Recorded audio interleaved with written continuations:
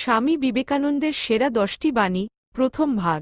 1. উঠে দাঁড়াও, শক্ত হও, দৃপ্ত হও, যাবতীয় দায়িত্ব নিজের কাঁধে তুলে নাও, আর এটা সবসময় মাথায় রেখো, তুমিই তোমার নিয়তির স্রষ্টা, তোমার যে পরিমাণ শক্তি প্রয়োজন, সবটা তোমার মধ্যেই রয়েছে, সুতরাং নিজের ভবিষ্যৎ নিজেই তৈরি করে নাও। 2.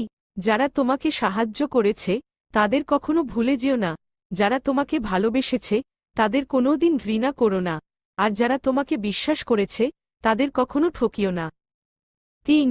তুমি খ্রিস্টের মতো ভাবলে তুমি একজন খ্রিস্টান, তুমি বুদ্ধের মতো ভাবলে তুমি একজন বৌদ্ধ, তোমার ভাবনা, অনুভূতি তোমার জীবন, শক্তি, জীবনী শক্তি, যতই বুদ্ধি দিয়ে কাজ করো, এগুলি ছাড়া ভগবানের কাছে পৌঁছনো সম্ভব নয়।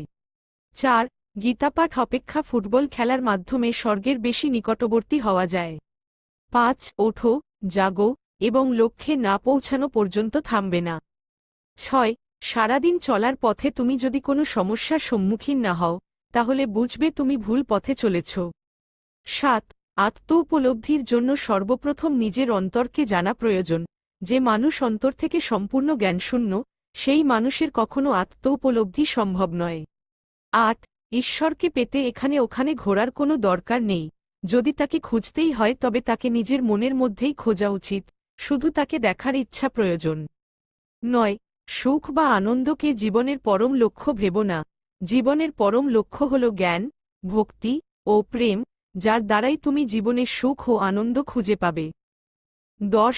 নারীর জীবনের প্রকৃত উদ্দেশ্য কখনো বিবাহ বন্ধনে সীমিত থাকা নয়, বরং নিজেকে সমাজে প্রতিষ্ঠিত করা, এবং গর্বের সাথে পুরুষের সঙ্গে তাল মিলিয়ে চলা।